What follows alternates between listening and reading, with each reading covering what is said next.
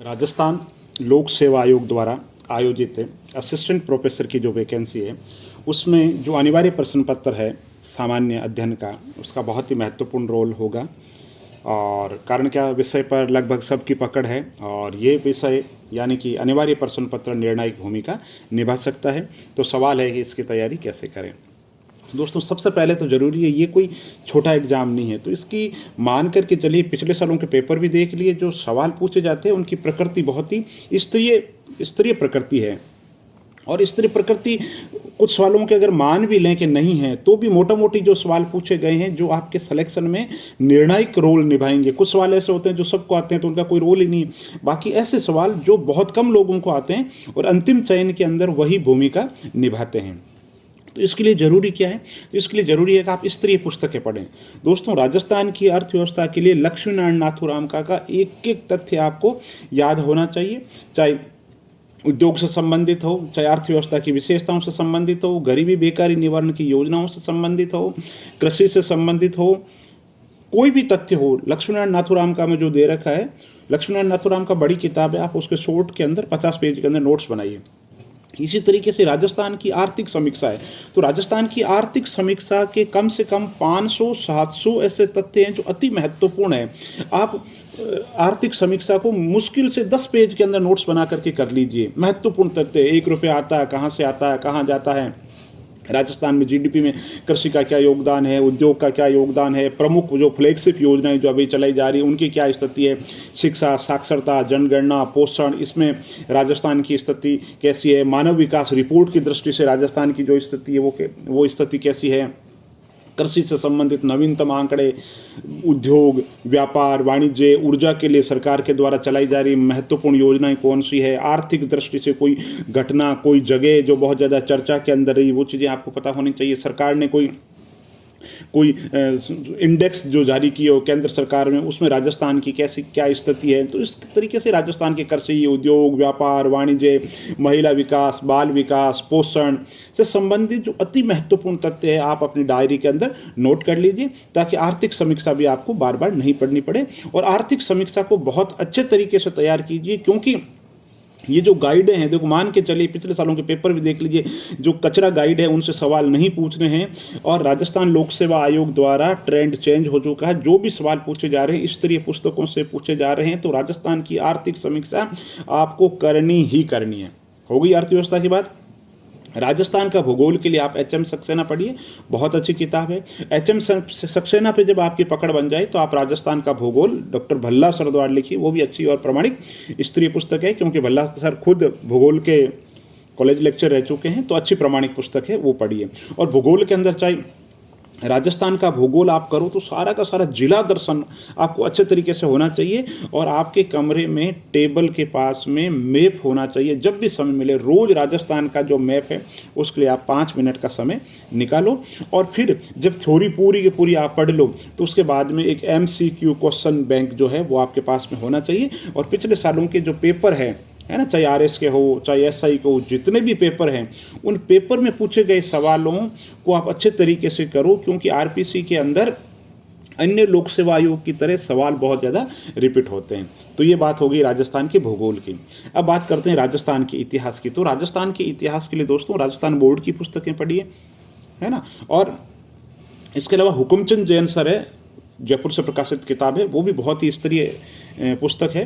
तो राजस्थान के इतिहास पे आपको थोड़ा, अगर आप इतिहास विषय से कॉलेज लेक्चर एग्जाम दे रहे तो आपके लिए सोने पे सुहागा है, क्योंकि इस पोर्शन पे अगर आप अच्छी पकड़ बनाओगे तो आपका इतिहास विषय जो है वहाँ पर भी जो सवाल पूछा जाएगा आपके लिए आम के आम और गुठलियों के दाम है, क्योंकि यहाँ भी सवाल पूछे जाएंगे और वहाँ भी सवाल पूछे जाएंगे।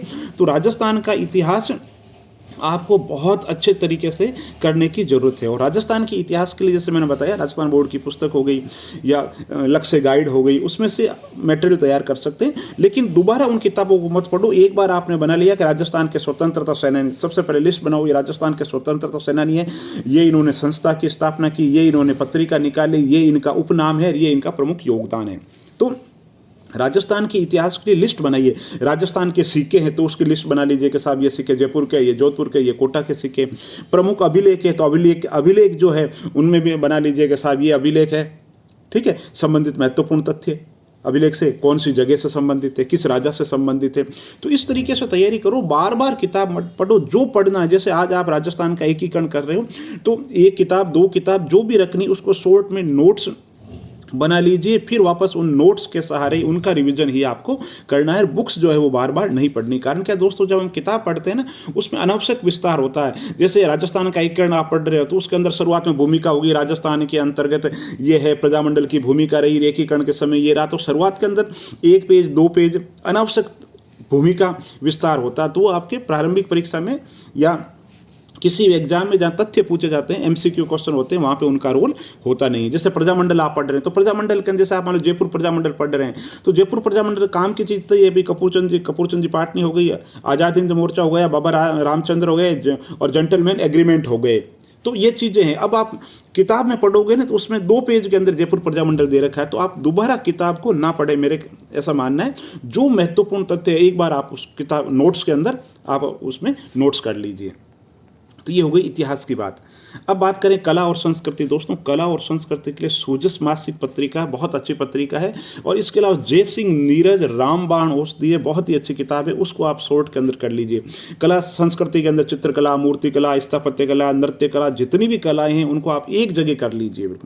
वापस वही बात मैं जैसे बता रहा हूँ, जैसे कि लोक नाट्य लिखे तो उसको एक जगह कर लो। और दोबारा जय सिंह नीरज भी नहीं पढ़नी। जय सिंह नीरज जैसे मान लो 300 पेज की है तो उसको भी आपको 40 पेज के अंदर कर लेना है। दोस्तों, परीक्षा के समय में क्या होता है, हम पुस्तकें पढ़ नहीं पाते और बहुत ज़्यादा किताबें पढ़ लेते हैं तो बिल्कुल ही नहीं पढ़ पाते। इसलिए कम पुस्तकें पढ़े, स्तरीय पुस्तकें पढ़े, नोट्स बना करके पढ़िए और अंतिम सफलता के अंदर आपको याद रहेगा कि मैंने नोट्स बना करके कितना अच्छा काम किया है। ये हो गई जय सिंह नीरज की कला और संस्कृति से संबंधित बातें।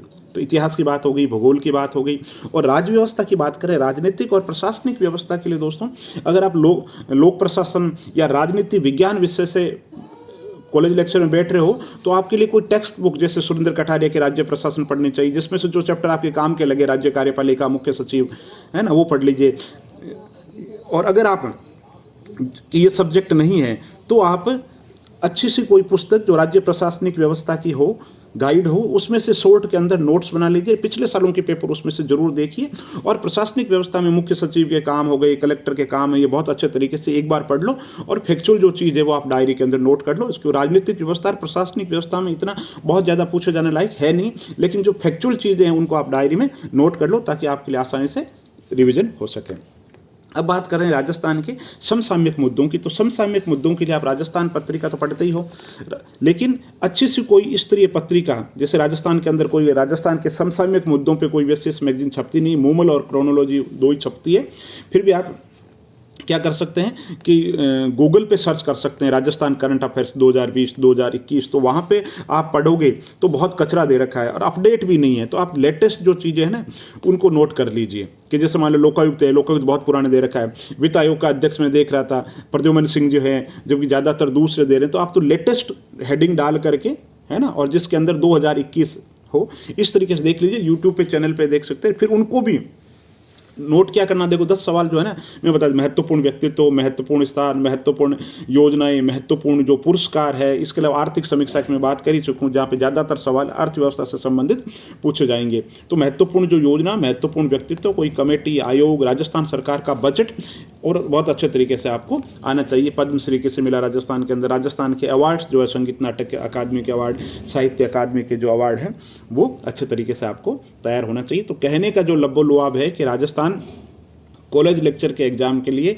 इस प्रश्न पत्र को, अनिवार्य प्रश्न पत्र को आप इग्नोर ना करें और अच्छे तरीके से पढ़िए। ये आपको बहुत ही अच्छा रिजल्ट देने वाला है। और अगर वीडियो अच्छा लगा तो इसको लाइक कीजिए, चैनल पे नए हो तो चैनल को सब्सक्राइब कीजिए। बहुत बहुत आभार दोस्तों।